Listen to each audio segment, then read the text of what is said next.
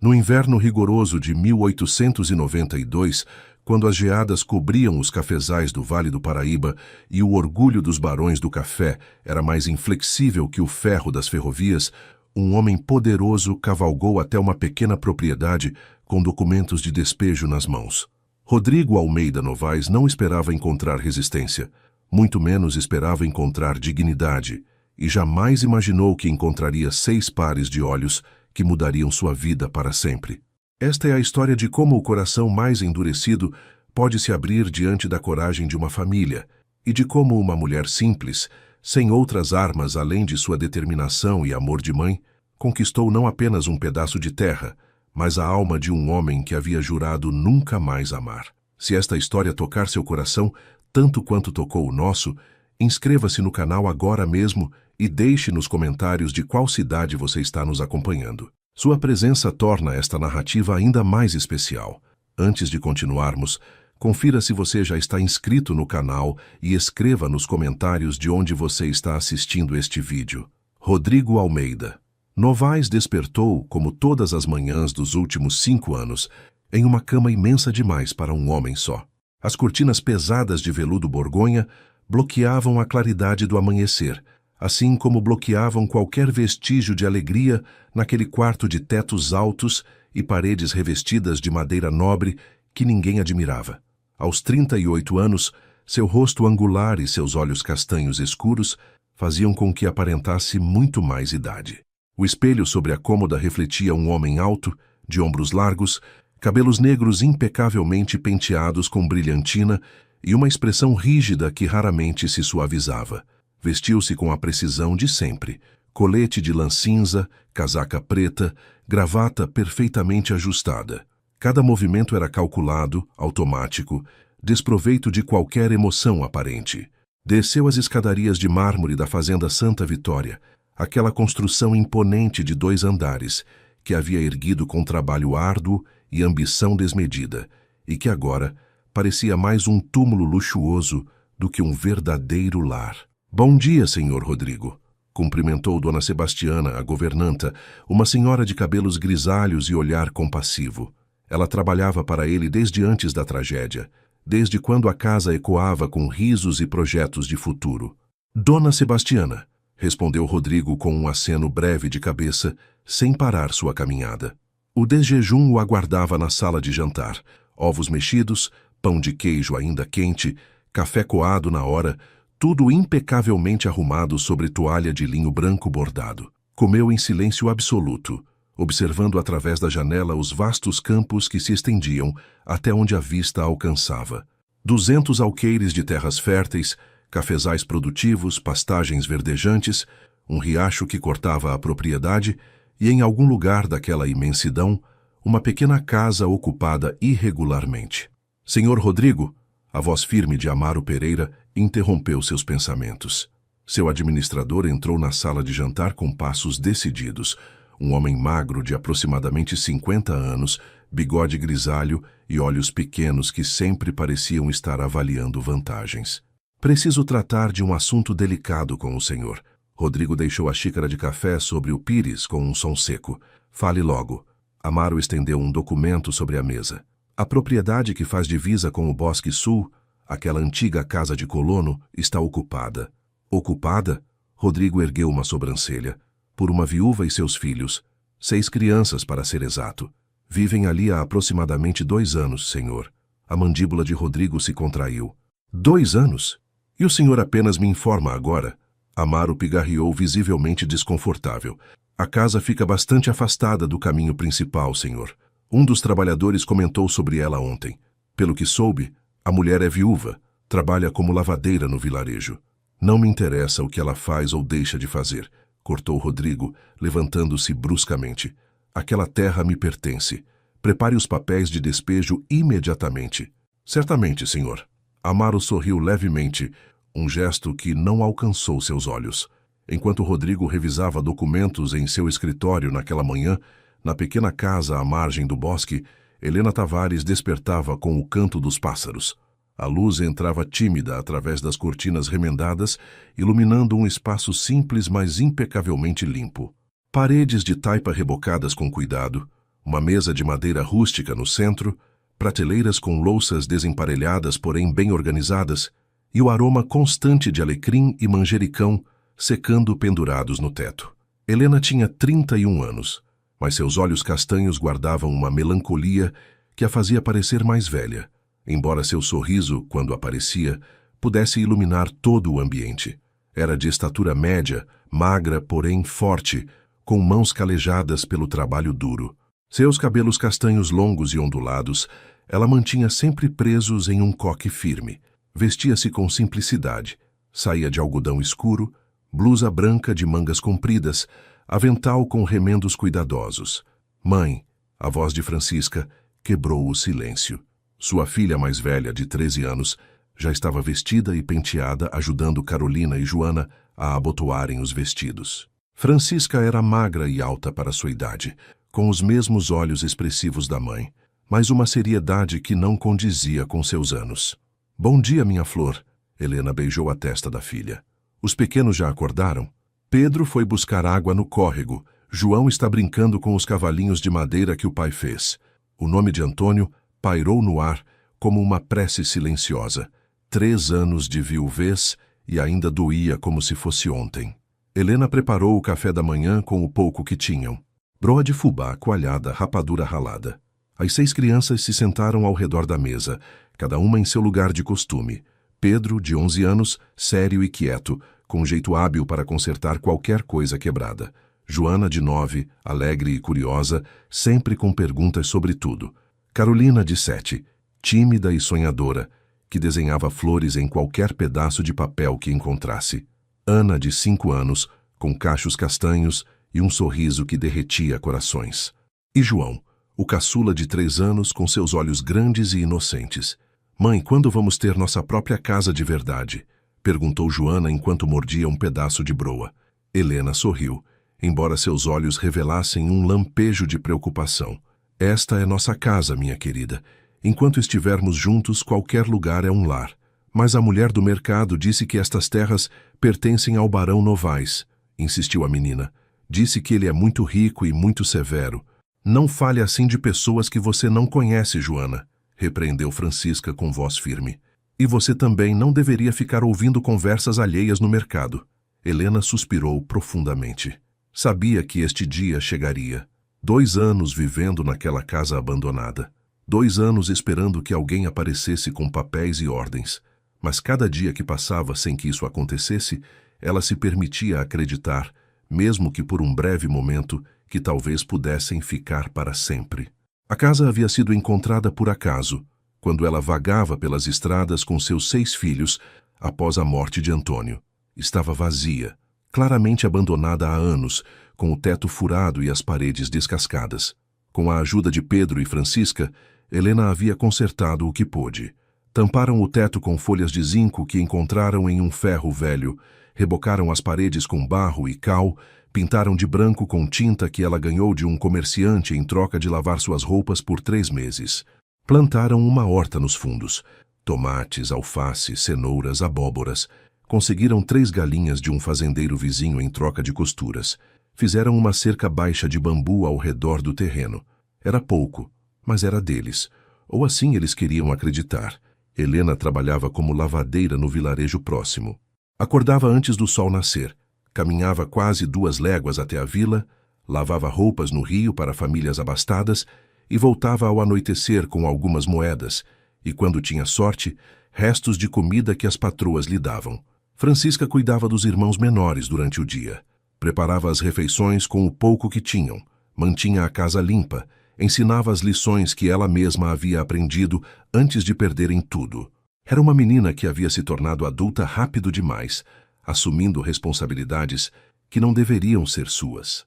3 dias depois, Rodrigo Almeida Novaes montou seu cavalo baio e cavalgou em direção ao Bosque Sul. Amaro havia insistido em acompanhá-lo com 2 trabalhadores, mas Rodrigo recusou a oferta com firmeza. Não preciso de escolta para despejar uma viúva e algumas crianças, havia dito com frieza. O caminho serpenteava entre araucárias e ipês, o chão coberto de folhas secas que abafavam o som dos cascos. Levou quase 40 minutos para chegar à propriedade. Quando a avistou, fez seu cavalo parar. Não era o que esperava encontrar. A pequena construção de taipa estava cercada por um jardim cuidado com esmero. Canteiros de hortaliças cresciam em fileiras organizadas. Flores do campo emolduravam o caminho de pedras irregulares. Um varal esticado entre duas árvores sustentava roupas limpas secando ao sol da tarde. O teto tinha telhas novas em algumas partes, claramente substituídas com mãos inexperientes, mas dedicadas. Havia uma cerca baixa de bambu pintada de branco ao redor do terreno, e junto à porta, um vaso de barro com gerânios vermelhos.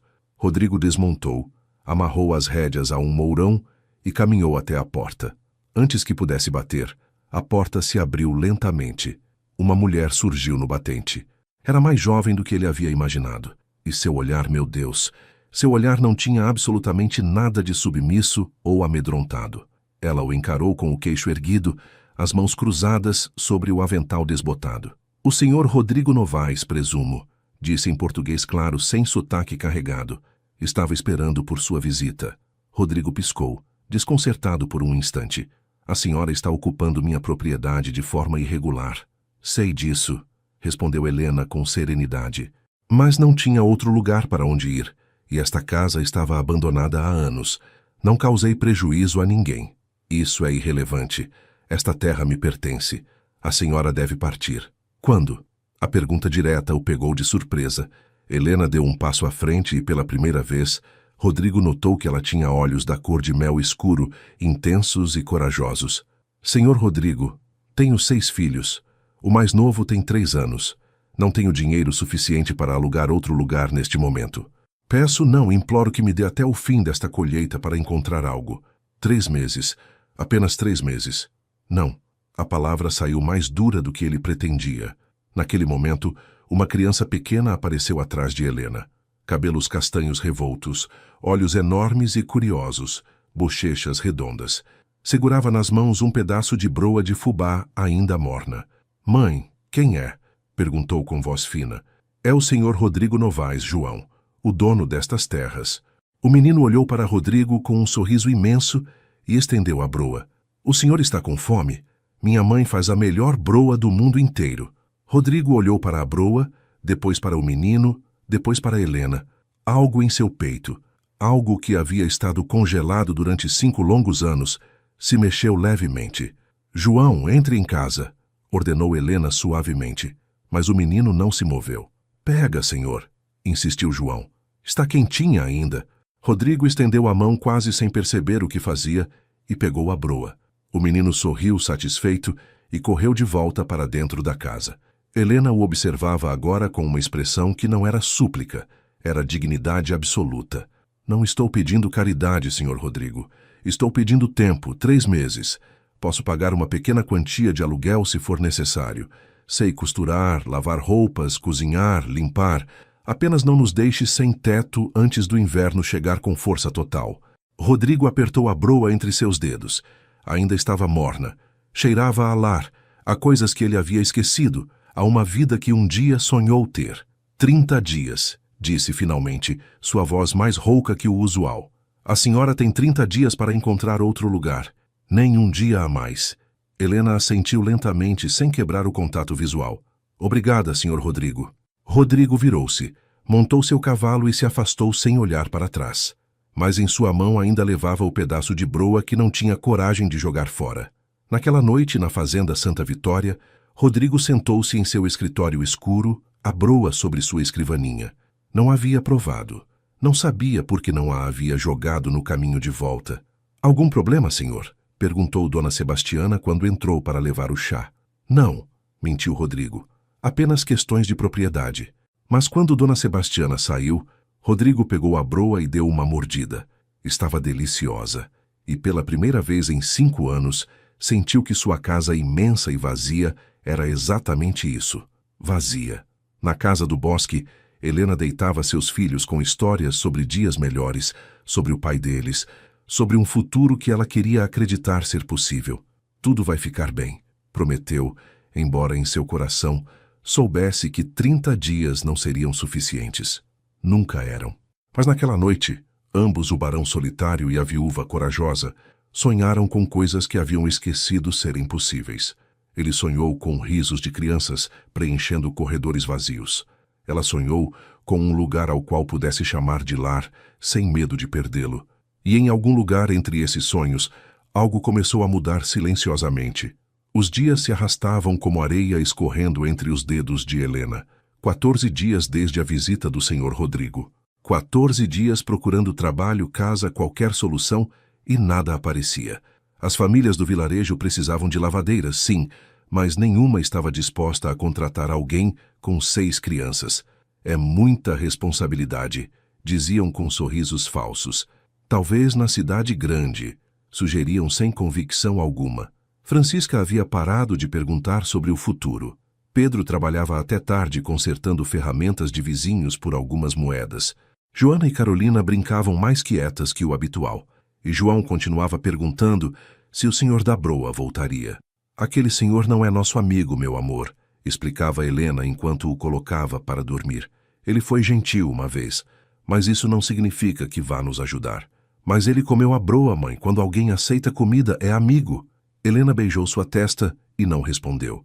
As crianças e sua inocência inabalável. Rodrigo, por sua vez, tentava se concentrar em seus negócios. A fazenda demandava sua atenção.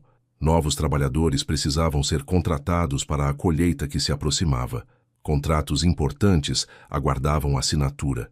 Decisões urgentes se empilhavam sobre sua escrivaninha, mas sua mente divagava constantemente. Retornava repetidas vezes aqueles olhos cor-de-mel, a forma como aquela mulher o havia enfrentado sem medo, sem bajulação, sem súplicas patéticas, sem lágrimas manipuladoras, apenas dignidade pura. E aquelas crianças, especialmente o pequeno da broa. Senhor Rodrigo, a voz de Amaro o tirou de seus pensamentos. Trago os documentos finais de despejo. Só precisa assinar e eu me encarrego do resto. O prazo vence em menos de 2 semanas. Rodrigo olhou os papéis, pegou a pena e hesitou. Quanto paga de aluguel uma família comum no vilarejo? Amaro piscou, confuso. Perdão? Uma família com várias crianças. Quanto precisariam para alugar uma casa decente? Bem, depende do tamanho, mas facilmente entre 15 e 20 mil réis mensais. Senhor, por que a pergunta? Curiosidade, mentiu Rodrigo, devolvendo a pena ao tinteiro. Deixe os papéis aqui, vou revisar depois. Quando Amaro saiu, Rodrigo ficou olhando pela janela em direção ao bosque distante. Algo não estava certo. Algo em toda esta situação o incomodava profundamente, e não era a ocupação irregular de sua propriedade. O 19º dia amanheceu com chuva torrencial, uma tempestade de inverno que transformava os caminhos em lamaçais e tornava impossível qualquer trabalho nos campos. Rodrigo decidiu, contra todo bom senso, cavalgar até a casa no bosque. Com esta chuva, senhor? Questionou Dona Sebastiana, alarmada. Vai adoecer. Preciso verificar algo naquela propriedade, respondeu, vestindo um capote impermeável. A verdade era que não tinha razão lógica alguma para ir. Apenas precisava vê-los novamente. Certificar-se de que estavam bem. Era absurdo, ele sabia, mas não conseguia tirar da cabeça a imagem daquela casa frágil sendo castigada pela tempestade, com 6 crianças e uma mãe sozinha lá dentro. Quando chegou, encharcado até os ossos, encontrou a porta entreaberta. Bateu com força. Senhora Helena! Helena apareceu, surpresa e claramente preocupada. Senhor Rodrigo, o que faz aqui com este temporal? Vim revisar a propriedade, improvisou desajeitadamente. Ela não pareceu acreditar, mas se afastou da porta. Entre, por favor. Não pode ficar aí fora com essa chuva. O interior da casa era acolhedor e seco. Um fogo crepitava na lareira improvisada. As crianças estavam sentadas no chão, brincando com bonecas de pano e cavalinhos de madeira. Todas levantaram o olhar quando ele entrou. Crianças, cumprimentem o senhor Rodrigo, disse Helena. Bom dia, senhor, responderam quase em uníssono, exceto João, que correu em sua direção com os braços abertos. O senhor da broa voltou. Rodrigo ficou paralisado enquanto o menino o abraçava pelas pernas com força. Ninguém, absolutamente ninguém, o havia abraçado em 5 anos. João, solte o senhor, ordenou Helena, visivelmente envergonhada. Mas Rodrigo, para sua própria surpresa, colocou uma mão sobre a cabeça do menino. Está tudo bem. Francisca, a mais velha, o observava com olhos analíticos e desconfiados. Veio nos expulsar já? Francisca, repreendeu Helena. É uma pergunta válida, disse Rodrigo olhando diretamente para a menina. Não, vocês ainda têm tempo. 11 dias, respondeu Francisca sem pestanejar. Faltam exatamente 11 dias. Esta menina era diferente. Tinha os olhos da mãe, mas algo mais. Uma dureza precoce, uma proteção feroz sobre sua família. Rodrigo reconheceu aquele olhar. Ele havia sido assim quando menino e precisava cuidar de sua mãe doente antes de ter construído sua fortuna. Quer café, senhor Rodrigo?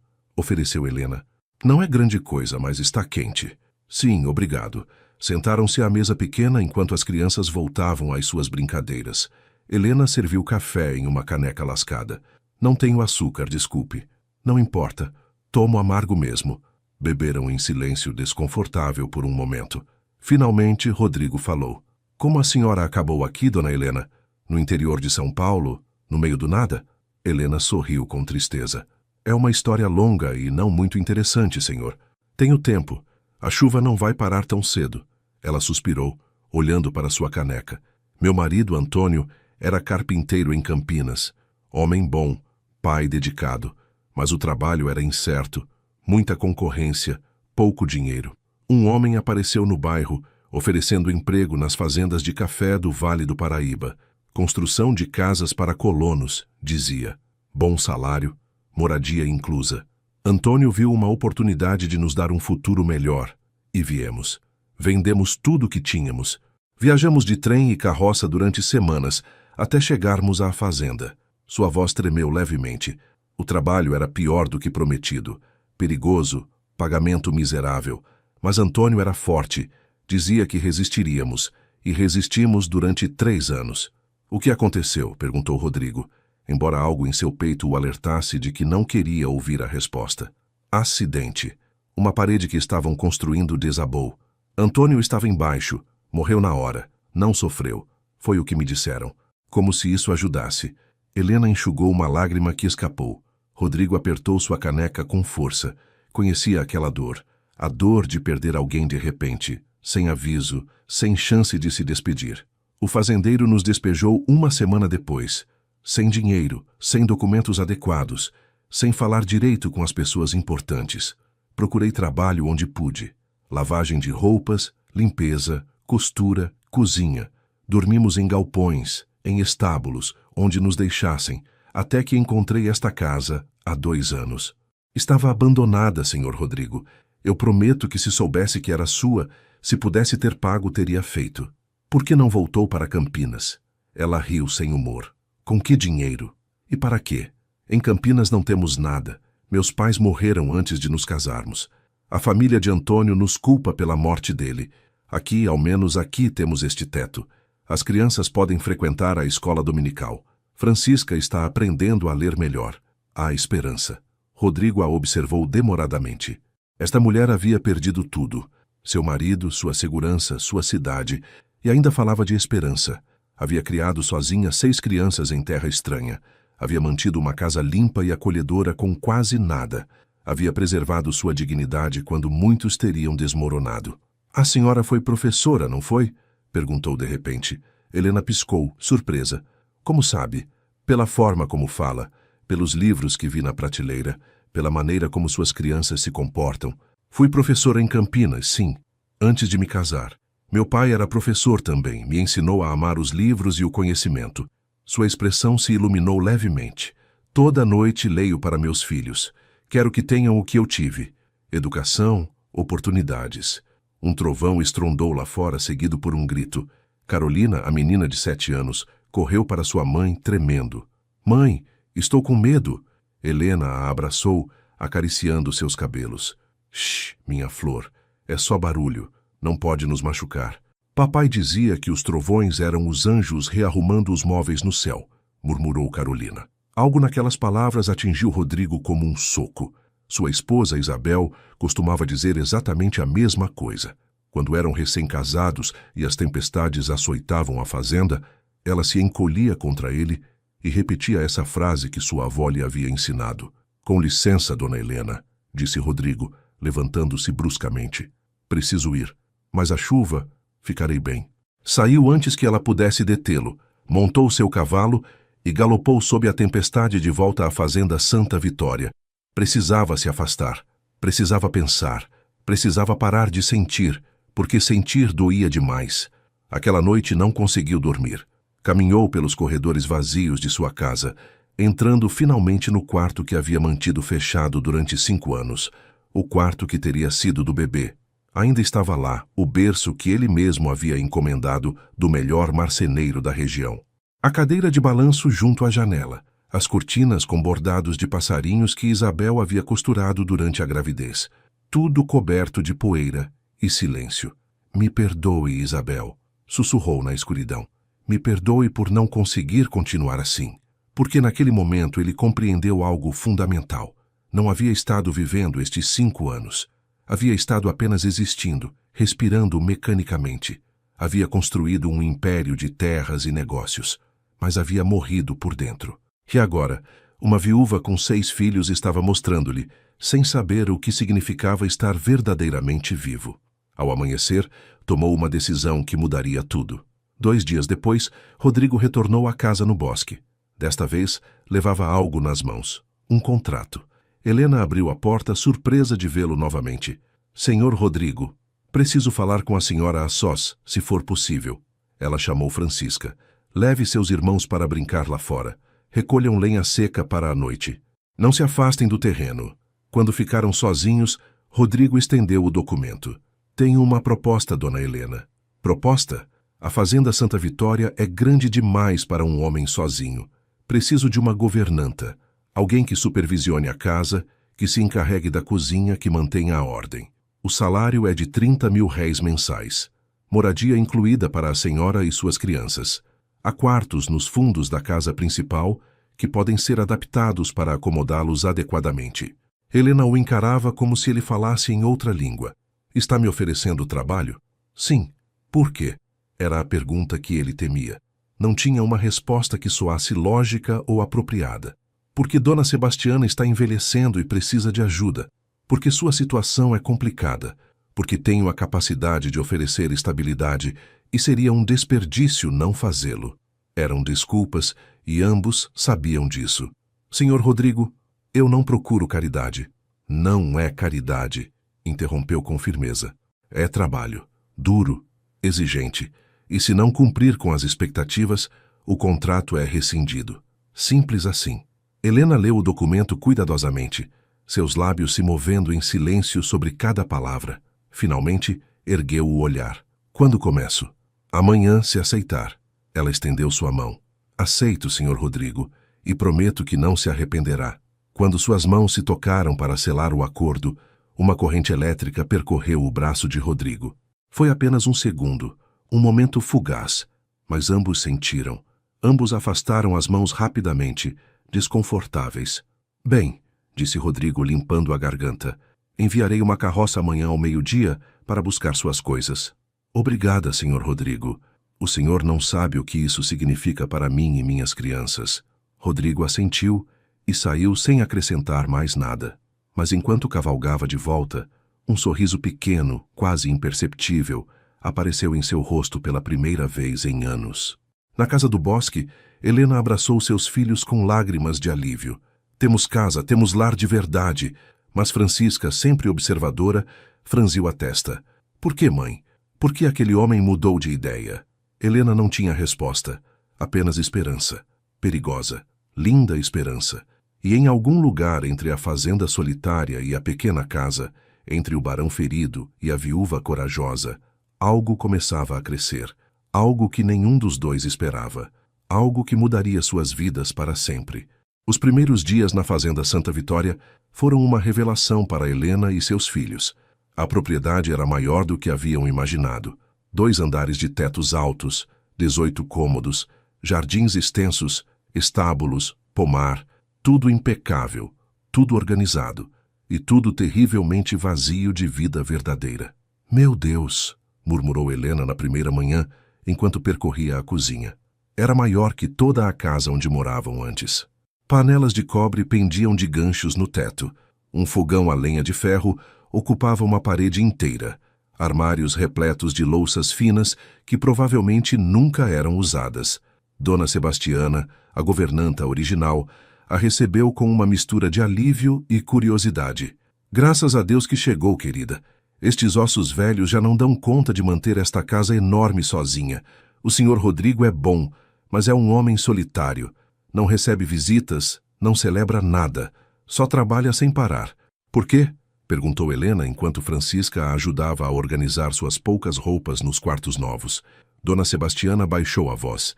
Perdeu a esposa há 5 anos. Ela e o bebê morreram no parto. Desde então, o senhor Rodrigo é como um fantasma em sua própria casa. Nunca sorri, nunca descansa, nunca vive de verdade. Helena sentiu uma pontada de empatia. Conhecia aquela dor. Carregava a mesma dor dentro de si. Rodrigo, por sua vez, não sabia o que fazer com a repentina presença de vida em sua casa. As crianças eram barulhentas, não escandalosamente, mas suas vozes, suas risadas, seus passos correndo pelos corredores alteravam o silêncio sepulcral ao qual havia se acostumado. A primeira semana ele passou evitando-os. Trancava-se no escritório do amanhecer até a meia-noite. Tomava suas refeições sozinho. Entrava e saía por portas dos fundos. Mas era inevitável encontrá-los ocasionalmente. Como aquela tarde quando descia as escadas e quase tropeçou em Pedro, ajoelhado no chão, consertando o mecanismo de um relógio antigo de parede. "O que está fazendo?" perguntou Rodrigo mais rispidamente do que pretendia. O menino ergueu o olhar sem medo. "Este relógio está parado. Está aqui desde que chegamos. Pensei que podia consertá-lo. Não lhe dei permissão para mexer nas minhas coisas." "Desculpe, senhor." Pedro começou a guardar suas ferramentas improvisadas. Rodrigo suspirou. "Deixe-me ver." Ajoelhou-se ao lado do menino e examinou o mecanismo. Faltava uma peça pequena. Precisa de um pinhão de reposição. Não pode consertar sem isso. "Onde posso conseguir um?" "No meu oficina no porão." "Venha." Passaram a hora seguinte no porão entre ferramentas e peças mecânicas, consertando o relógio juntos. Pedro era naturalmente habilidoso, tinha mãos delicadas e uma mente que compreendia como as coisas se encaixavam. Rodrigo, sem perceber, começou a ensinar-lhe conceitos básicos de mecânica. "Seu pai lhe ensinou isso?" "Sim, senhor. Papai dizia que um homem que sabe construir e consertar coisas nunca passará fome." Era sábio. Quando terminaram, o relógio funcionava perfeitamente. Pedro sorriu com orgulho. "Obrigado, senhor Rodrigo. Pode vir à oficina quando quiser, mas pergunte antes." "Sim, senhor." O menino subiu as escadas correndo. Rodrigo ficou olhando o relógio recém-consertado. Fazia anos que não entrava naquela oficina. Fazia anos que não construía nada com as próprias mãos, e de repente se sentiu menos vazio por dentro. Mas nem tudo era harmonia. Na terceira semana, Carolina adoeceu. Começou com tosse e febre baixa, mas em 2 dias piorou drasticamente. A menina ardia em febre, delirava, não conseguia reter alimentos. Helena estava desesperada. "Precisamos de um médico", disse Francisca com urgência. "Mãe, precisamos de um médico agora." Mas era meia-noite. Chovia torrencialmente, e o doutor mais próximo morava na vila a 3 horas de distância de carroça. Helena correu descalça pelos corredores até a porta do escritório de Rodrigo. Bateu com força. "Senhor Rodrigo, por favor." Rodrigo abriu, alarmado pela desesperação em sua voz. "O que aconteceu?" "Minha filha Carolina está muito doente. Preciso levá-la ao médico, mas não sei como. Não tenho carroça. Está chovendo. Ela arde em febre e eu..." "Acalme-se." Rodrigo pegou seu casaco. "Prepare-a. Saímos em 5 minutos." Ordenou que preparassem a carroça mais rápida. Pegou cobertores e uma garrafa de cachaça para desinfetar. Helena desceu com Carolina enrolada em seu chale, a menina inconsciente e respirando com dificuldade. A viagem foi um pesadelo. A chuva açoitava a carroça. Os caminhos eram perigosos, lamacentos. Os cavalos escorregavam constantemente. Helena segurava Carolina em seus braços, rezando baixinho uma ladainha de orações que Rodrigo não entendia completamente, mas que lhe partiam o coração. "Não a leve, Deus, por favor. Não leve minha menina. Já perdi Antônio. Não posso perder Carolina também. Por favor, por favor, por favor." Rodrigo conduzia com fúria desesperada, chicoteando os cavalos mais rápido do que era seguro. Quando finalmente chegaram à casa do Dr. Mendes, um homem de meia-idade com barba grisalha bateu na porta com violência. O médico os recebeu meio sonolento, mas se espabilou ao ver a menina. Tragam-na para dentro, rápido. Examinou Carolina durante o que pareceu uma eternidade. Finalmente falou. Pneumonia. Está grave, mas posso tratá-la. Vai precisar ficar aqui pelo menos esta noite para que eu possa monitorar. Eu fico com ela, disse Helena imediatamente. Dona Helena, suas outras crianças. Francisca pode cuidar deles, eu fico. O Dr. Mendes assentiu. Está bem, Sr. Rodrigo, pode voltar se preferir. Mas Rodrigo sentou-se em uma cadeira do corredor. Fico também. Helena o olhou surpresa. Sr. Rodrigo, não precisa... Fico. Passaram a noite em vigília. O médico aplicava compressas frias, administrava medicamentos, verificava constantemente a respiração de Carolina. Helena não soltou a mão de sua filha nem um segundo. E Rodrigo ficou ali imóvel, lembrando de outra noite 5 anos atrás, quando também esperou em um corredor, enquanto uma vida pendia por um fio. Ao amanhecer, a febre de Carolina finalmente baixou. Ela começou a respirar mais tranquila. Abriu os olhos brevemente. Mãe, sussurrou. Estou aqui, minha flor. Estou aqui. O Dr. Mendes sorriu. Passou o pior. É uma menina forte. Helena desabou em lágrimas de alívio. Cobriu o rosto com as mãos, soluçando anos de medo acumulado, de perdas, de quase perder mais uma pessoa que amava. Sem pensar, Rodrigo se aproximou e colocou uma mão em seu ombro. Está tudo bem. Carolina vai ficar bem. Helena ergueu o rosto, lágrimas correndo por suas bochechas, e olhou para Rodrigo com uma gratidão tão pura que ele sentiu algo dentro de seu peito, algo que havia estado congelado, derreter completamente. Obrigada, sussurrou ela. Obrigada por salvar minha filha. Não fiz nada. O médico... O Senhor nos trouxe no meio da tempestade. Arriscou sua vida para nos trazer. O Senhor salvou Carolina, Sr. Rodrigo. Suas mãos se tocaram sobre o ombro de Helena, e desta vez nenhum deles se afastou. Aquela noite, depois de retornar à fazenda Santa Vitória com Carolina se recuperando, Rodrigo e Helena se sentaram na biblioteca. Era tarde, as crianças dormiam, a casa estava em silêncio. Café? Ofereceu Helena, servindo uma xícara fumegante. Obrigado. Beberam em um silêncio que já não era desconfortável. Era cúmplice, compreensivo. Posso perguntar algo, Sr. Rodrigo? Disse Helena finalmente. Rodrigo. Pode me chamar de Rodrigo. Ela sorriu levemente. Posso perguntar algo, Rodrigo? Sim. Por que realmente nos contratou? E não me diga que é porque precisava de uma governanta. Rodrigo olhou sua xícara por longo tempo. Então começou a falar, e uma vez que começou, não conseguiu parar. Contou sobre Isabel, sua esposa. Sobre como se conheceram, como se apaixonaram, como planejaram um futuro cheio de filhos e alegrias. Sobre a gravidez complicada, os medos que ignoraram, o parto que deu terrivelmente errado. Sobre como segurou seu filho durante apenas 5 minutos antes que ele parasse de respirar. Sobre como Isabel morreu 3 horas depois, sangrando enquanto ele não podia fazer absolutamente nada. Me transformei em pedra naquele dia, disse Rodrigo com voz rouca. Construí impérios, comprei terras, acumulei riqueza, mas parei de viver. E então vocês chegaram. E aquele menino me deu um pedaço de broa. E de repente lembrei o que era sentir algo além de vazio. Helena tinha lágrimas nos olhos. Eu também estava morta, Rodrigo. Desde que perdi Antônio, apenas sobrevivi por causa das minhas crianças. Mas não vivi, não senti. E agora ela o olhou diretamente nos olhos. Agora sinto medo porque começo a sentir coisas que não deveria. Por um homem que é meu patrão. Por um homem que vive em um mundo completamente diferente do meu. Rodrigo se inclinou para a frente, seu rosto a centímetros do dela. E se eu sinto o mesmo? E se eu também tenho medo porque uma mulher com 6 filhos e um sorriso que ilumina salas escuras está fazendo meu coração morto voltar a bater? Rodrigo, ele a beijou. Suave, hesitante, quase tímido. Um beijo que sabia a café e lágrimas e anos de solidão finalmente terminando. Helena respondeu, suas mãos encontrando o rosto dele, seus lábios se movendo contra os dele com uma necessidade que havia esquecido que existia. Quando se separaram, ambos estavam tremendo. Isso é loucura, sussurrou Helena. Eu sei. As pessoas vão falar. Que falem. Sou viúva pobre com 6 filhos.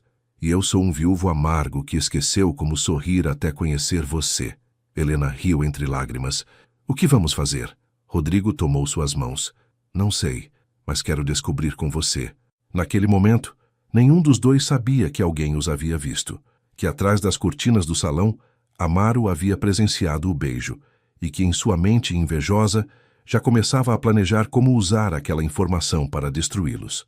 Porque, em uma sociedade que não perdoava transgressões, um barão se apaixonando por uma governanta pobre era um escândalo esperando para explodir, e o pavio já estava aceso. As semanas seguintes foram as mais felizes que Helena havia vivido em anos. Rodrigo e ela mantinham sua relação discreta. Encontros roubados na biblioteca depois que as crianças dormiam. Passeios pelo pomar ao amanhecer. Olhares carregados de significado através dos cômodos. Ele lhe ensinava sobre seu mundo de negócios e terras. Ela lhe ensinava a rir novamente, a brincar com as crianças, a viver além do trabalho. As crianças floresciam também. Pedro passava horas na oficina com Rodrigo, aprendendo mecânica avançada e design de máquinas. Francisca começou aulas particulares com uma professora que Rodrigo contratou discretamente. Joana explorava a biblioteca imensa, devorando livros. Carolina pintava flores em cada papel que encontrava, enchendo a casa de cor. Ana brincava nos jardins com suas bonecas. E João havia adotado Rodrigo como figura paterna, seguindo-o por todos os lugares com perguntas infinitas que o barão respondia com paciência surpreendente. Mas nem todos estavam felizes com estas mudanças.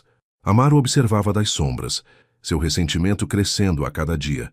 Havia sido o braço direito de Rodrigo durante 15 anos, o administrador de confiança, o confidente em assuntos de negócios, e agora uma governanta pobre e seus filhos estavam roubando a atenção e o afeto de seu patrão. Pior ainda, Amaro havia estado desviando dinheiro das contas da fazenda durante anos. Pequenas quantias no início, depois somas maiores. Rodrigo nunca revisava os livros pessoalmente, confiava nele cegamente. Mas ultimamente o barão estava mais presente, mais envolvido, fazendo perguntas que antes nunca fazia. A governanta o estava mudando, e isso era perigoso. Amaro precisava eliminar o problema. E tinha uma aliada perfeita. Dona Beatriz Albuquerque era a viúva de um coronel rico, dona da propriedade vizinha à Fazenda Santa Vitória, e levava anos tentando conquistar Rodrigo como segundo marido. Era bonita, segundo os padrões da época. Alta pele clara, cabelos loiros sempre perfeitamente arranjados, vestidos da última moda do Rio de Janeiro. Mas sua beleza era fria, calculada, e seus olhos azuis brilhavam com malícia quando não conseguia o que desejava. Senhor Amaro, cumprimentou quando ele visitou seu salão naquela tarde. Que surpresa receber seu chamado. Dona Beatriz, preciso falar com a senhora sobre um assunto delicado e intrigante. Sente-se, por favor. Amaro escolheu suas palavras cuidadosamente. Sei que a senhora tem interesse no senhor Rodrigo. Beatriz riu com afetação. Não mais que qualquer mulher de boa família interessada em um partido conveniente. Então lhe interessará saber que o senhor Rodrigo está sendo influenciado inadequadamente por sua nova governanta. Os olhos de Beatriz se estreitaram perigosamente. A viúva pobre? A mesma. Tenho observado o comportamento altamente inapropriado entre eles. Conversas privadas, passeios sem supervisão, tempo excessivo juntos. É um escândalo em formação, dona Beatriz.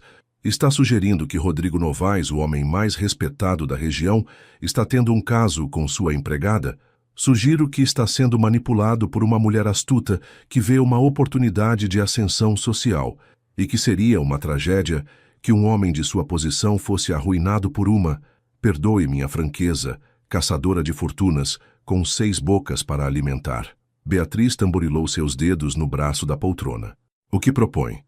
Que exponhamos esta situação antes que vá longe demais, uma revelação pública de sua conduta inapropriada, testemunhos de comportamento escandaloso, talvez até questionamento de seu status legal no país, suficiente para que o senhor Rodrigo recupere a sensatez e a dispense. E eu estaria lá como sempre, para consolar o pobre Rodrigo em seu momento de constrangimento público. Exatamente. Beatriz sorriu. Um sorriso de predadora. Muito bem, senhor Amaro. Procedamos. O primeiro golpe veio no domingo seguinte na igreja. A família Novaes, porque assim começavam a aparecer uma família, chegou à missa dominical. Rodrigo raramente frequentava antes, Mas Helena havia insistido gentilmente que seria bom para as crianças, e ele havia concordado. Ocuparam um banco no meio da igreja. As crianças vestiam roupas novas que Rodrigo havia comprado discretamente. Helena usava um vestido simples, mas elegante de cor verde escuro. E Rodrigo parecia mais relaxado e feliz do que ninguém o havia visto em anos. Beatriz Albuquerque estava sentada 3 fileiras à frente. Depois do culto, enquanto a congregação socializava no adro, ela se aproximou deles com um sorriso venenoso. Rodrigo, querido, que surpresa vê-lo aqui, e com sua equipe doméstica. Dona Beatriz, cumprimentou Rodrigo formalmente. Permita-me apresentar Dona Helena, minha governanta, e seus filhos. Oh, já nos observamos, disse Beatriz, seu olhar percorrendo Helena da cabeça aos pés com desprezo mal disfarçado. Embora devo dizer, Rodrigo, que trazer seus empregados à igreja é bastante incomum. Dona Helena não é apenas uma empregada, respondeu Rodrigo com tom de advertência. É uma pessoa valiosa em minha casa. Valiosa, sem dúvida, Beatriz sorriu. Ouvi dizer que é muito próxima da família, particularmente próxima de você, Rodrigo. O ar se tensionou. Helena empalideceu, compreendendo a insinuação. Não sei a que se refere, Dona Beatriz, disse Rodrigo friamente. Oh, não se preocupe. Tenho certeza de que não há nada impróprio. Embora os rumores voem, sabe? Especialmente quando um viúvo rico de repente contrata uma viúva atraente e passa quantidade considerável de tempo com ela. Rumores são fofocas de pessoas ociosas, respondeu Rodrigo com dureza. Claro, claro. Beatriz se abanou delicadamente. Só me preocupo com sua reputação, querido. Sabe como a sociedade pode ser cruel com aqueles que transgridem as normas apropriadas. Antes que Rodrigo pudesse responder, Francisca deu um passo à frente. Com apenas 13 anos, enfrentou Beatriz Albuquerque sem medo algum.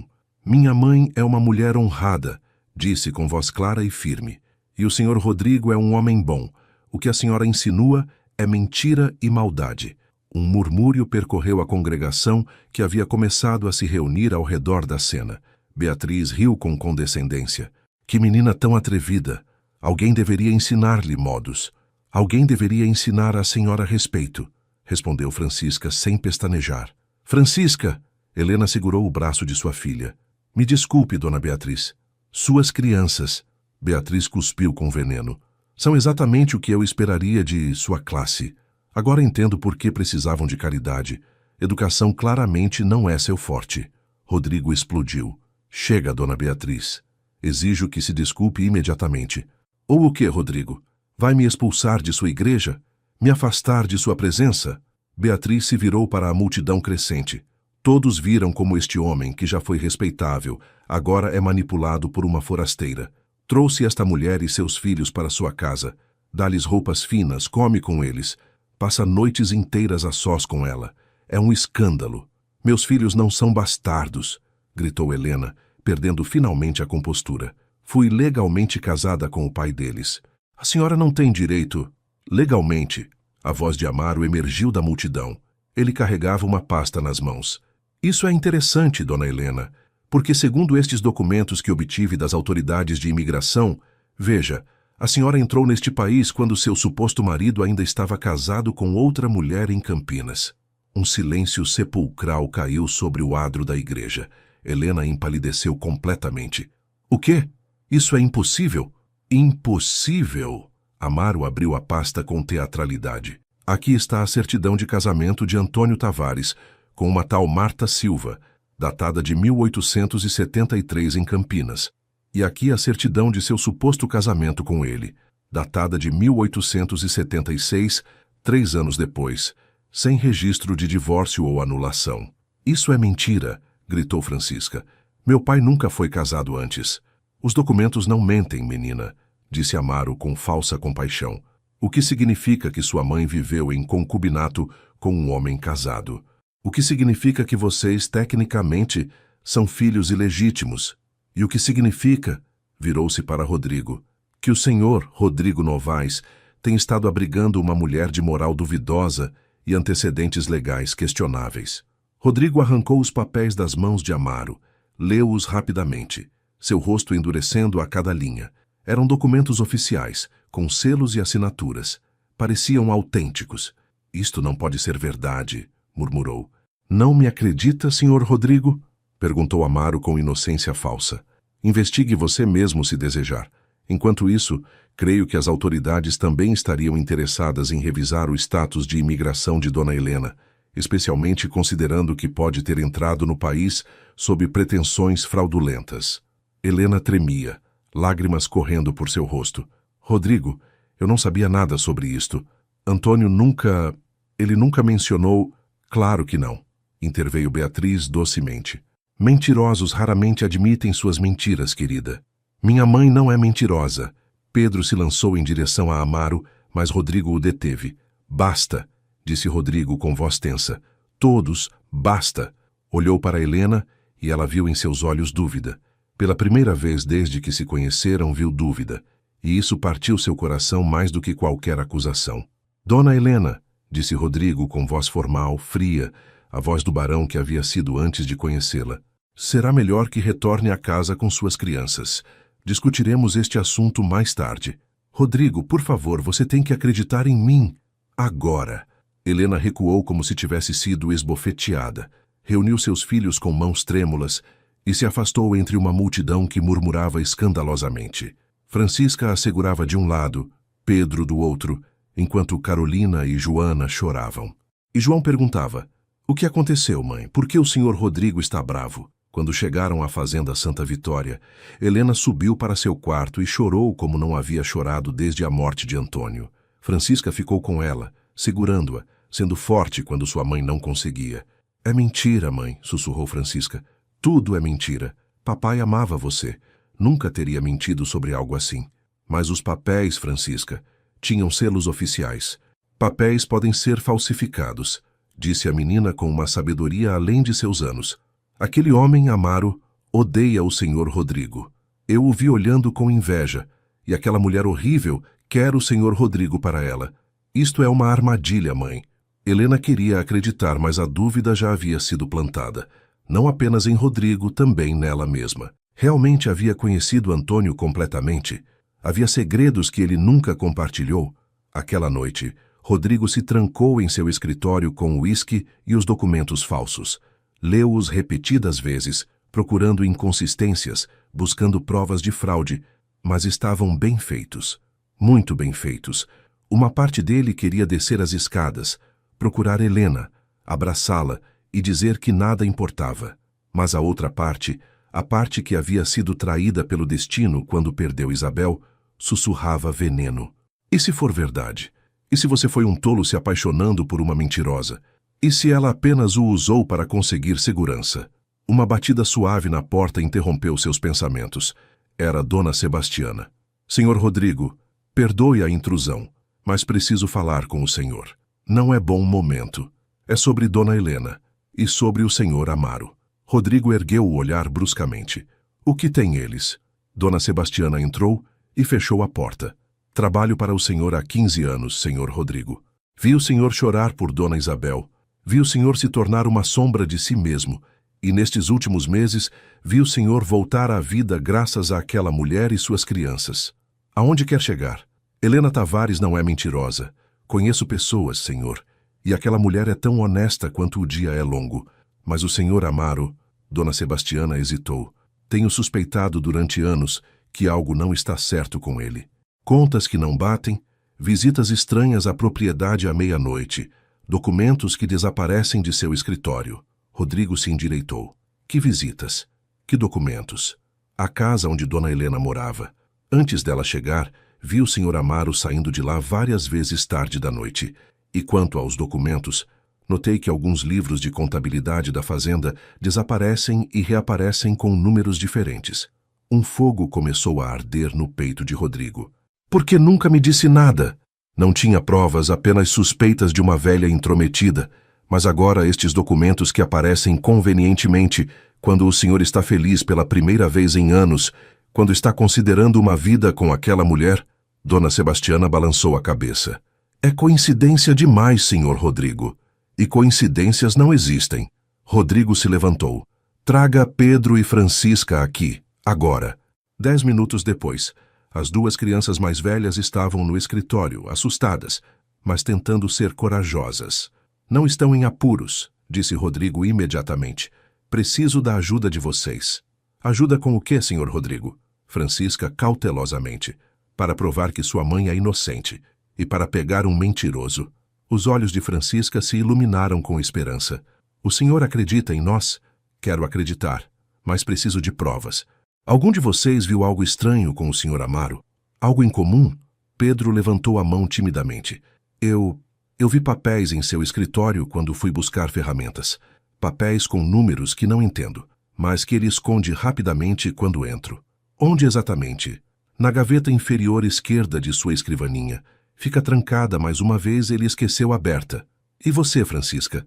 A menina franziu a testa pensando. Joana mencionou algo há uns dias. Disse que quando estava brincando perto do escritório do Sr. Amaro, o escutou conversando com alguém.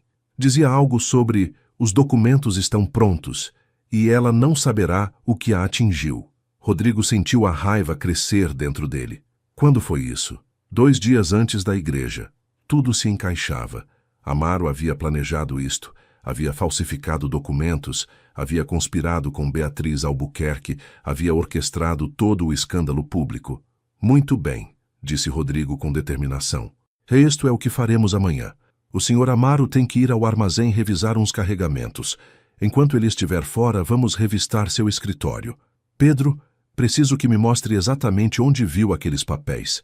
Francisca, você vai ficar de vigia para garantir que ninguém nos interrompa. E mamãe? Perguntou Francisca com voz pequena. Está destroçada, senhor Rodrigo. Chora sem parar. Precisa saber que o senhor não perdeu a fé nela. Rodrigo fechou os olhos com pesar. Vou falar com ela esta noite. Pedir perdão por duvidar. E prometo que vou consertar isto. Encontrou Helena no jardim, sentada em um banco sob a lua cheia, abraçando-se. Parecia pequena, perdida, quebrada. Helena, disse suavemente. Ela não levantou o olhar. Vim dizer que vamos embora amanhã. Não quero causar mais problemas ao senhor. Você não vai a lugar nenhum. Rodrigo, olhe para mim, por favor. Ela ergueu seu rosto cheio de lágrimas, e o coração de Rodrigo se partiu ao ver tanta dor naqueles olhos que haviam sido sua luz. Me perdoe, disse ele, ajoelhando-se diante dela. Me perdoe por duvidar de você, mesmo que por um segundo. Conheço seu coração, Helena. Sei que é incapaz de mentira, e vou provar sua inocência. Como? Aqueles documentos são falsos. Tenho certeza, e vou demonstrar. Pegou suas mãos. Confie em mim. Pode confiar em mim? Helena o olhou por longo tempo, então assentiu lentamente. Confio em você. Ele a puxou para seu peito e a abraçou fortemente. Isto não acabou, meu amor. Mal começou. E prometo que não vou descansar até que seu nome esteja limpo e aqueles mentirosos paguem pelo que fizeram. Na escuridão, nenhum deles notou Joana observando de uma janela do 2º andar. A menina de 9 anos havia escutado tudo e, em sua mente curiosa e brilhante, começou a lembrar algo importante. Algo que havia visto no escritório de Amaro semanas atrás. Algo que os adultos precisavam saber. A manhã seguinte, amanheceu cinzenta e fria. Rodrigo observou de sua janela quando Amaro saiu em direção ao armazém em sua charrete, alheio ao que estava por vir. Esperou 30 minutos para ter certeza de que se havia afastado o suficiente. Então reuniu Pedro, Francisca e Dona Sebastiana em seu escritório. Temos no máximo 2 horas antes que ele retorne, disse Rodrigo. Pedro, guie-nos. Dona Sebastiana, vigie da janela do corredor. Francisca, se vir alguém se aproximando, bata na parede 3 vezes, entendido?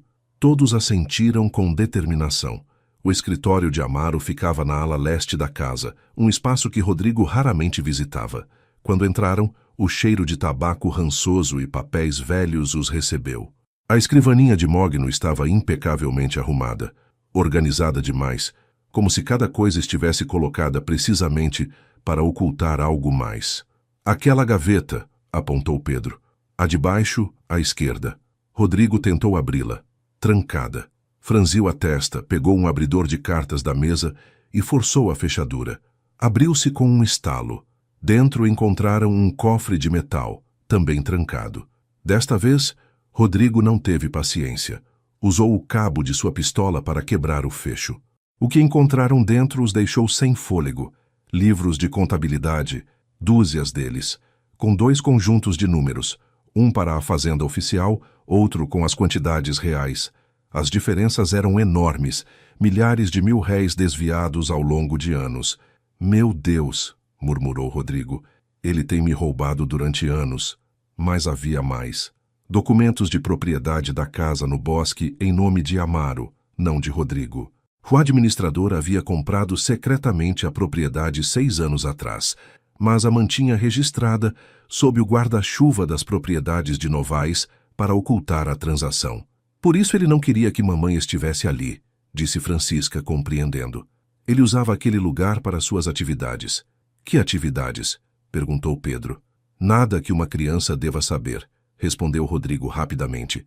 Mas havia encontrado recibos, dinheiro pago a mulheres com nomes falsos, garrafas de aguardente ilegal, reuniões clandestinas, e no fundo do cofre as provas que precisavam, rascunhos dos documentos falsos sobre Helena, múltiplas versões com diferentes datas e nomes, testando e corrigindo até parecerem autênticos, recibos de um falsificador em São Paulo, e o mais condenatório, correspondência entre Amaro e Beatriz Albuquerque.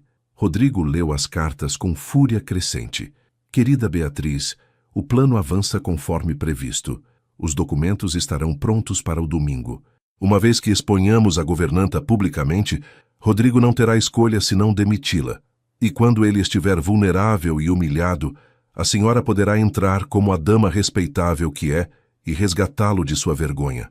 Depois, quando forem casados, ninguém questionará certos arranjos financeiros que beneficiarão a ambos. Atenciosamente, Amaro Pereira. É tudo mentira, sussurrou Francisca. Tudo que disseram sobre mamãe é mentira. Sim, respondeu Rodrigo com voz dura. E vão pagar por isso? Naquele momento 3 batidas ressoaram pelas paredes. O sinal de Francisca. Alguém vem, disse Rodrigo. Rápido, guardem tudo neste saco. Saiam pela porta dos fundos.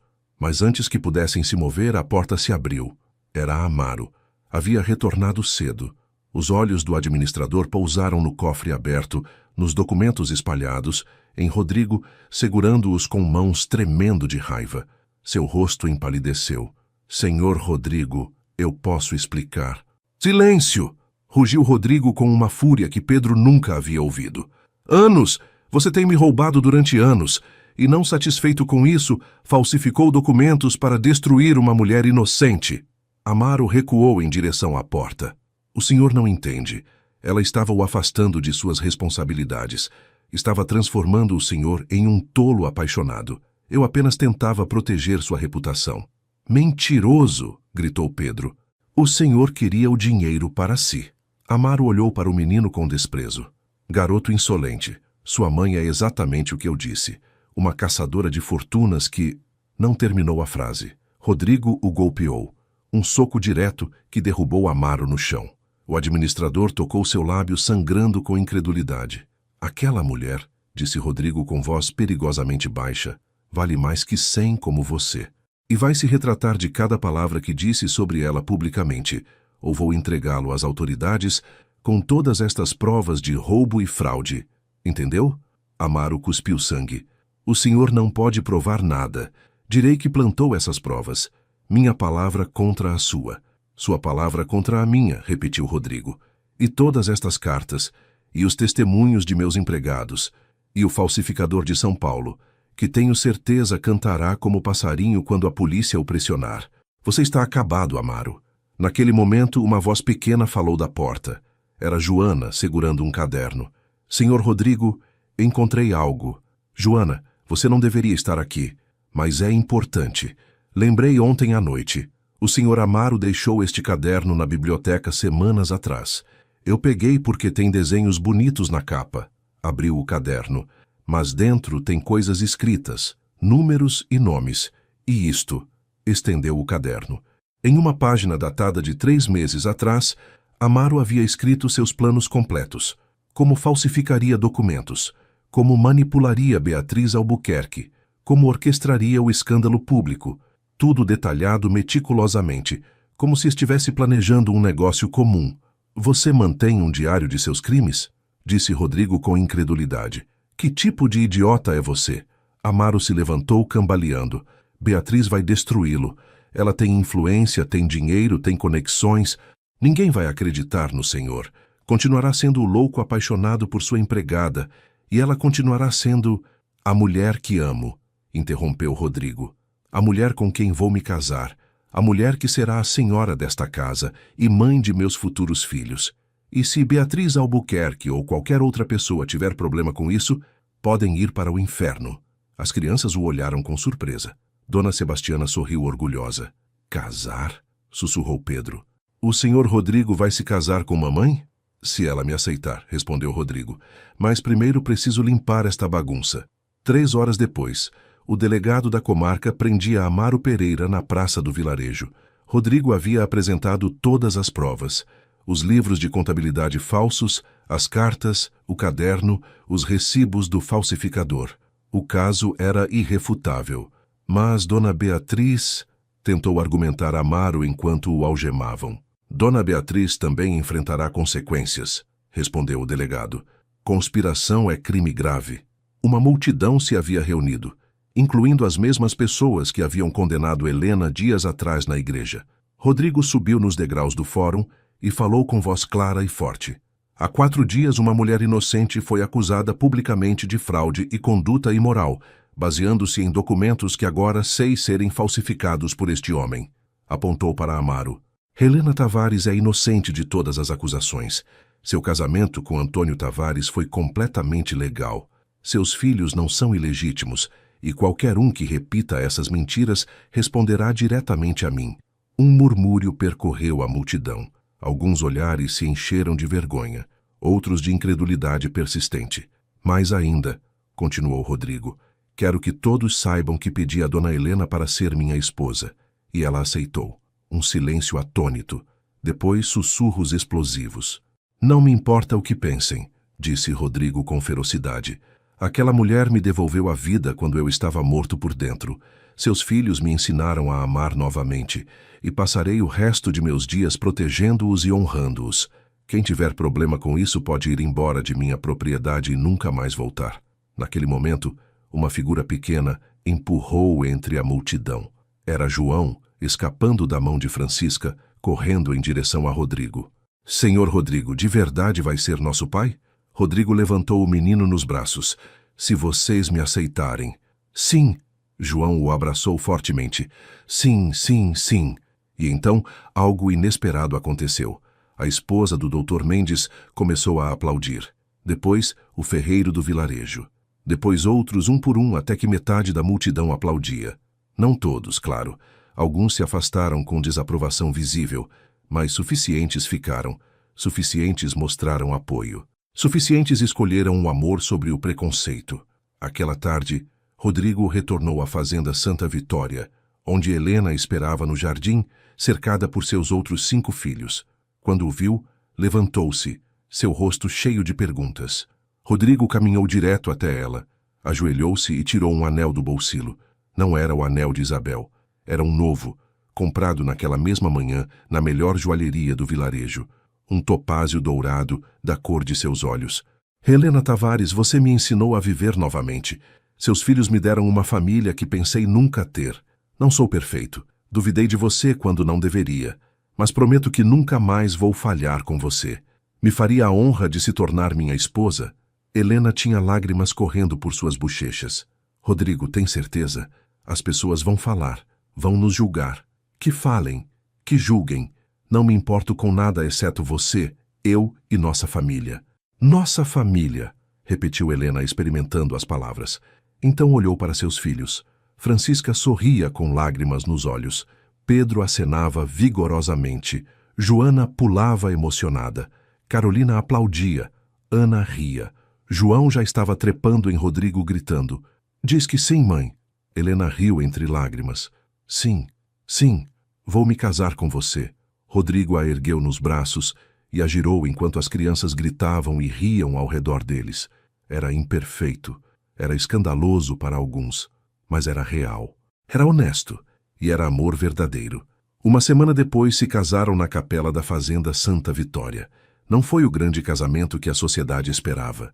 Foi íntimo, com apenas os mais próximos presentes. Dona Sebastiana chorando de felicidade, o doutor Mendes e sua esposa, alguns trabalhadores da fazenda que apreciavam Rodrigo. Helena vestia um vestido branco simples que ela mesma havia costurado. Rodrigo usava seu melhor terno. As 6 crianças estavam na frente, testemunhas da união que os tornaria oficialmente uma família. Repita depois de mim, disse o padre. Eu, Rodrigo Almeida Novaes, tomo você, Helena Tavares. Eu, Rodrigo Almeida Novaes, tomo você, Helena Tavares, como minha legítima esposa. Prometo amá-la, respeitá-la e honrá-la todos os dias de minha vida. Prometo ser pai para seus filhos como se fossem meus. Prometo que nunca mais estará sozinha. A voz de Helena tremeu quando pronunciou seus votos. Eu, Helena Tavares, tomo você, Rodrigo Almeida Novaes, como meu legítimo esposo. Prometo amá-lo, apoiá-lo e estar ao seu lado nas alegrias e nas tristezas. Prometo construir um lar cheio de amor para nossa família. Prometo que nunca mais estará sozinho. Eu os declaro marido e mulher. O beijo foi suave, doce, cheio de promessa. As crianças vibraram. Dona Sebastiana se secou as lágrimas com um lenço bordado. A recepção foi no jardim, com música e comida simples, mas abundante. Rodrigo havia insistido em fazer algo especial para as crianças. Então havia jogos, doces e uma mesa inteira dedicada a broas de fubá, em homenagem ao primeiro presente que João lhe havia dado meses atrás. Enquanto a tarde caía em noite estrelada, Rodrigo reuniu as 6 crianças. Tenho algo importante a fazer, disse. Levou-os ao escritório, onde havia preparado documentos legais. Estes são papéis de adoção. Se eu os assinar, legalmente serão meus filhos. Levarão meu sobrenome, terão todos os direitos de herdeiros, mas não vou assinar a menos que vocês concordem. Francisca, como sempre, a porta-voz falou. Nosso pai foi um homem bom, o amamos e sempre o amaremos, mas ele quereria que fôssemos felizes, que estivéssemos protegidos. Olhou para seus irmãos que assentiram. Nos honraria levar seu sobrenome, senhor Rodrigo. Nos honraria ser seus filhos. Rodrigo assinou com mão tremendo. Não sou mais o senhor Rodrigo para vocês. Sou seu pai, se quiserem me chamar assim. Pai, disse João imediatamente, abraçando-o. Um por um, todos o abraçaram. Sua família. Finalmente, completamente sua família. 3 meses depois chegaram notícias. Amaro havia sido condenado a 10 anos de prisão por fraude e roubo. Beatriz Albuquerque, enfrentando o escândalo e a vergonha, havia fugido para o Rio de Janeiro, onde suas influências não significavam nada. A vida na fazenda Santa Vitória havia mudado completamente. Os corredores ressoavam com risadas. A cozinha sempre cheirava a algo delicioso sendo preparado. Os jardins estavam cheios de flores que Carolina pintava incansavelmente. A biblioteca era o refúgio de Francisca, que devorava livros e sonhava em se tornar professora. Pedro trabalhava na oficina com Rodrigo, projetando máquinas inovadoras. Joana explorava cada canto da propriedade com curiosidade infinita. Ana brincava nos jardins com suas bonecas, e João seguia Rodrigo por todos os lugares. Seu pai, que lhe ensinava a montar a cavalo, a pescar, a construir coisas com as mãos. Uma noite, Rodrigo e Helena se sentaram no alpendre, observando seus filhos brincarem no jardim sob a luz dos vagalumes. Alguma vez imaginou isto? Perguntou Rodrigo, seu braço ao redor dela. Não, admitiu Helena.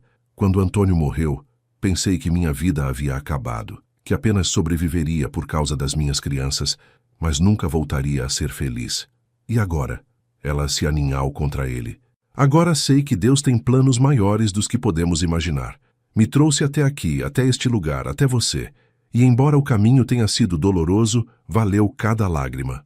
Estou prestes a fazer você chorar novamente, disse Rodrigo com um sorriso. Por quê? Ele tomou sua mão e a colocou sobre seu coração. Porque acho que deveria saber. Você vai ser mãe novamente. Helena piscou, confusa. O quê? Você tem tido enjoos pela manhã. Está mais cansada. E ontem Dona Sebastiana mencionou que está comendo picles com melado de cana. Sorriu amplamente. Acho que teremos um bebê Novaes. Helena levou uma mão ao ventre, seus olhos se enchendo de lágrimas. Um bebê? Nosso bebê. Nosso bebê. Ela desabou em choro feliz. Rodrigo a abraçou, seu próprio coração transbordando. Um novo começo, uma nova vida, a promessa de um futuro que ambos haviam acreditado impossível. As crianças, ao vê-los abraçados, correram para o alpendre. "O que aconteceu?" perguntou Francisca, alarmada. "Mãe está chorando." "Lágrimas felizes, minha flor", respondeu Helena, abrindo seus braços para incluí-los todos. "Lágrimas muito felizes. Temos algo para contar a vocês." Rodrigo os olhou a todos. Sua esposa, seus 6 filhos adotivos e o bebê que crescia no ventre de Helena. Uma família criada não por sangue ou convenção, mas por amor puro e escolha consciente. "Vocês vão ter um irmãozinho ou irmãzinha", anunciou. O silêncio durou exatamente 2 segundos antes que estourasse o caos feliz. Joana pulava gritando. Carolina aplaudia. Pedro sorria amplamente. Francisca abraçava sua mãe com ternura. Ana dançava em círculos. E João olhou para Rodrigo com olhos enormes. "Um bebê de verdade? Que vai nascer aqui em nossa casa?" "Sim, filho. Um bebê de verdade. Seu irmão ou irmã. Vou ser o melhor irmão mais velho do mundo", declarou João com absoluta convicção. Rodrigo riu. "Você já é um irmão mais novo incrível. Tenho certeza de que será um irmão mais velho maravilhoso também." Aquela noite, depois de colocar todas as crianças na cama com histórias e beijos, Rodrigo levou Helena ao quarto que havia sido de Isabel. Estava fechado há 5 anos, mas agora era a hora. "Preciso fazer isto", disse Rodrigo, acendendo as lâmpadas. "Preciso me despedir apropriadamente." Juntos retiraram os lençóis que cobriam os móveis. Encontraram o berço que Rodrigo havia encomendado, a cadeira de balanço, as cortinas bordadas, tudo preservado no tempo, esperando. "Isabel era uma boa mulher", disse Helena suavemente. "Merece ser lembrada com amor, não com dor." "Eu sei. E agora, finalmente, posso recordá-la com sorrisos em vez de lágrimas." Rodrigo tocou o berço.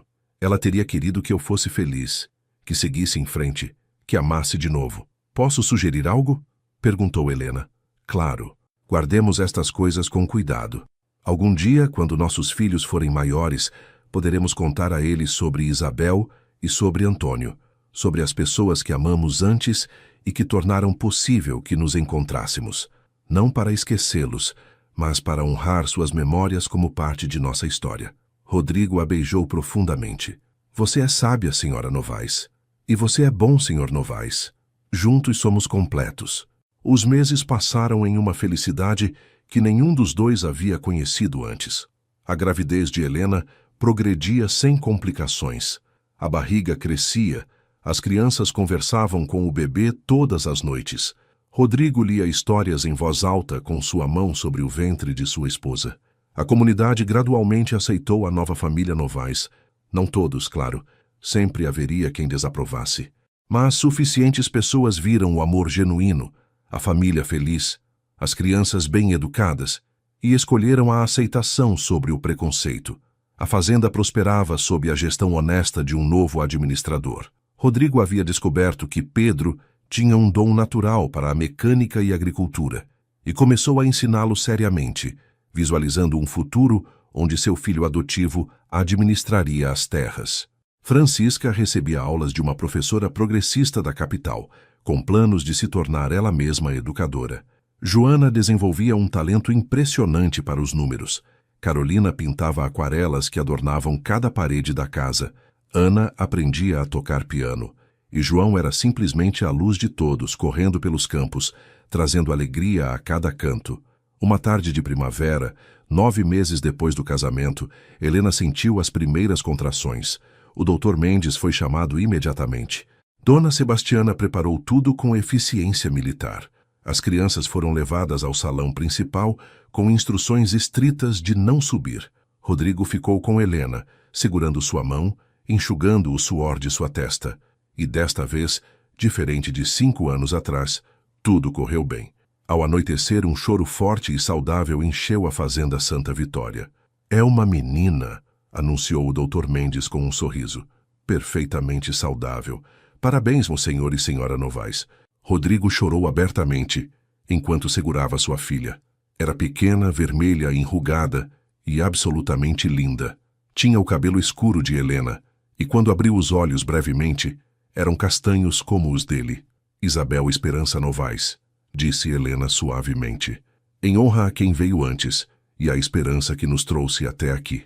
Isabel Esperança, repetiu Rodrigo, beijando a testa minúscula de sua filha. É perfeito. Quando as crianças finalmente entraram, todos queriam segurar sua nova irmã. Francisca a segurou com reverência. Pedro tocou sua mãozinha com dedos trêmulos. Joana cantou uma canção. Carolina prometeu pintar 1000 flores para ela. Ana mostrou suas bonecas. E João a olhou com adoração absoluta. Oi, irmãzinha, sussurrou. Sou João. Vou cuidar de você para sempre. Prometo. Rodrigo olhou para sua família. Todos amontoados ao redor da cama onde Helena descansava exausta, mas radiante. Todos sorrindo. Todos juntos. E soube que havia encontrado algo que todo o dinheiro do mundo não podia comprar. Havia encontrado um lar. Havia encontrado amor. Havia encontrado redenção. E tudo havia começado com um pedaço de broa, oferecido por um menino inocente a um homem que havia esquecido como aceitar bondade. Eu te amo, disse a Helena. Eu também te amo, respondeu ela.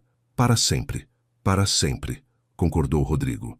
E enquanto a tarde se transformava em noite estrelada, a família Novaes, completa, imperfeita, linda, se abraçava no quarto cheio de luz e amor. O barão Severo havia desaparecido. Em seu lugar havia um homem que sabia que a verdadeira riqueza não se media em alqueires ou fazendas prósperas. Se media em risadas de crianças, em abraços de esposa, em tardes de chuva compartilhadas, em broa recém-assada e no milagre de segundas chances. A vida que haviam construído juntos não era a que nenhum dos dois havia planejado. Era melhor, porque era real, era escolhida, e era deles, e isso era mais que suficiente. Era tudo. Os anos seguintes trouxeram mais mudanças para a Fazenda Santa Vitória. Francisca, aos 18 anos, abriu uma escola para crianças pobres na vila, cumprindo seu sonho de educadora.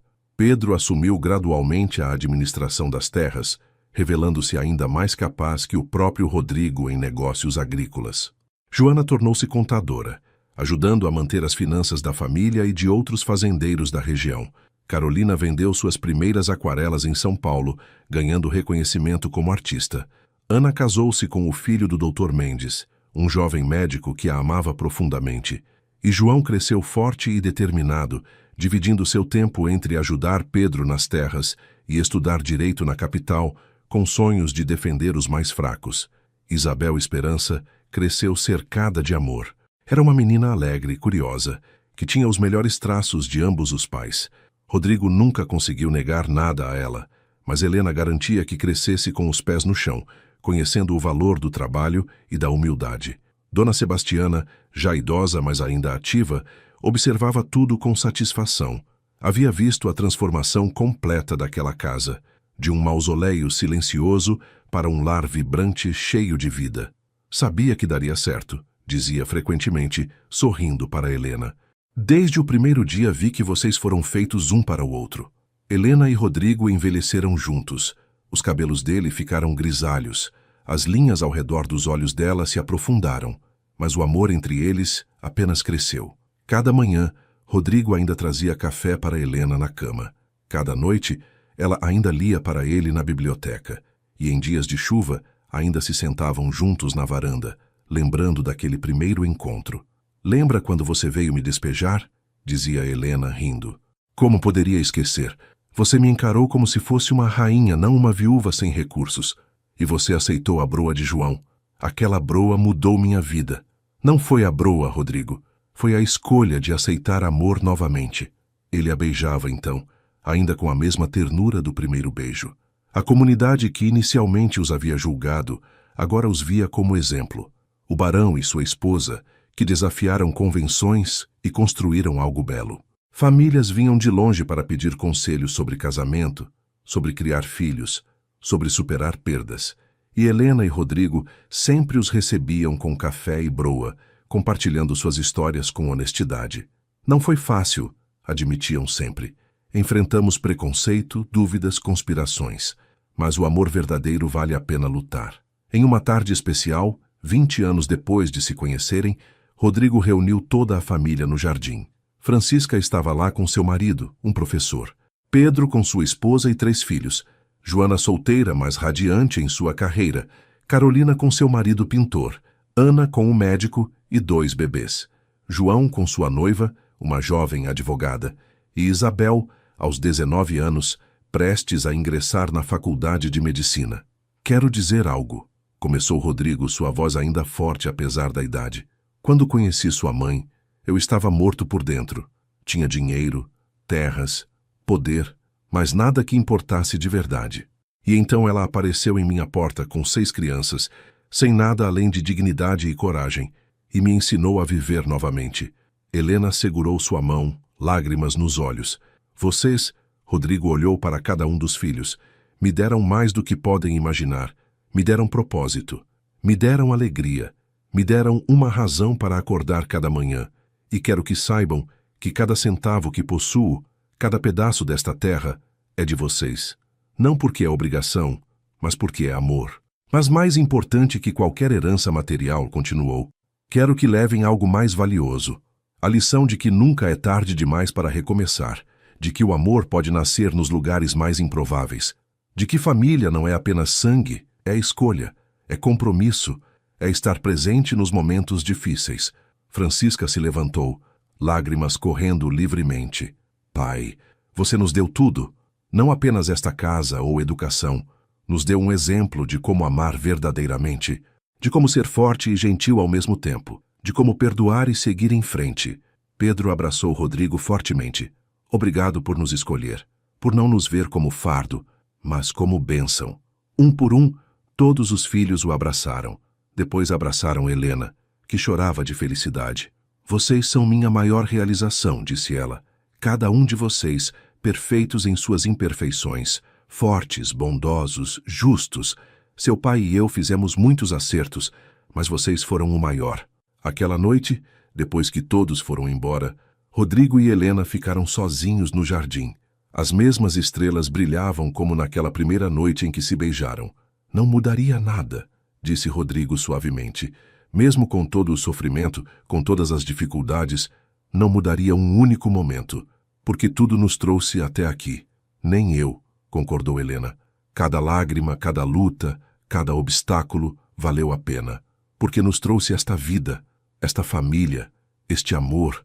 Eles se sentaram em silêncio confortável, mãos entrelaçadas, observando a lua subir. E no silêncio, ambos agradeceram. Agradeceram a Antônio, que havia sido um bom homem e pai. Agradeceram a Isabel, que havia ensinado Rodrigo o que era amor. Agradeceram pelas provações que os fortaleceram e agradeceram por terem encontrado um ao outro quando ambos mais precisavam. 2 anos depois, Rodrigo adoeceu. Foi rápido, uma febre que não cedia. O Dr. Mendes, já aposentado, veio pessoalmente junto com Ana e seu marido. Mas todos sabiam. Era hora de partir. Não tenho medo, disse Rodrigo a Helena, segurando sua mão na cama. Vivi mais nesses 20 e poucos anos com você do que em todos os anos anteriores. Não fale assim, Helena chorava. Você vai ficar bem. Helena, meu amor, olhe para mim. Ela olhou através das lágrimas. Fui abençoado. Conheci 2 grandes amores em uma vida. Isabel me ensinou a amar. Você me ensinou a viver. Criei 7 filhos maravilhosos. Construí não apenas uma fazenda, mas um legado de amor. Poucos homens podem dizer isso. Ainda não estou pronta para te deixar ir. Eu sei, mas prometa-me algo. Continue vivendo. Continue amando. Continue sendo a luz que sempre foi. As crianças ainda precisam de você. Os netos precisam conhecer sua força. E você ainda tem muito a dar ao mundo. Prometo, sussurrou ela. E prometa que não vai se fechar novamente. Se algum dia, mesmo que leve anos, você encontrar companhia, alguém que faça seu coração sorrir, permita-se. Assim como eu me permiti amar novamente depois de Isabel, você merece o mesmo. Ninguém será como você. Nem deve ser. Mas não se condene à solidão em meu nome. Viva, Helena. Viva plenamente. Ele morreu naquela noite, em paz, cercado por todos os seus filhos e netos. Seu último olhar foi para Helena, e nele havia apenas gratidão e amor. O funeral foi imenso. Pessoas de todo o Vale do Paraíba vieram prestar respeito, não ao barão rico, mas ao homem bom, ao marido devotado, ao pai amoroso, ao membro da comunidade que havia feito diferença. Helena permaneceu forte durante a cerimônia, mas quando todos foram embora e ela ficou sozinha no quarto que haviam compartilhado, finalmente se permitiu quebrar. Obrigada, sussurrou para o vazio. Obrigada por me salvar, por salvar meus filhos, por nos dar uma vida que nunca imaginei possível. Descanse, meu amor. Descanse sabendo que amou bem e foi bem amado. Os anos seguintes foram difíceis para Helena. Sentiu a ausência de Rodrigo em cada canto da casa, mas manteve sua promessa. Continuou vivendo, continuou sendo avó presente para os netos, continuou aconselhando jovens casais e continuou fazendo sua famosa broa, ensinando a receita a cada neto, contando a história de como um pedaço de pão havia mudado tudo.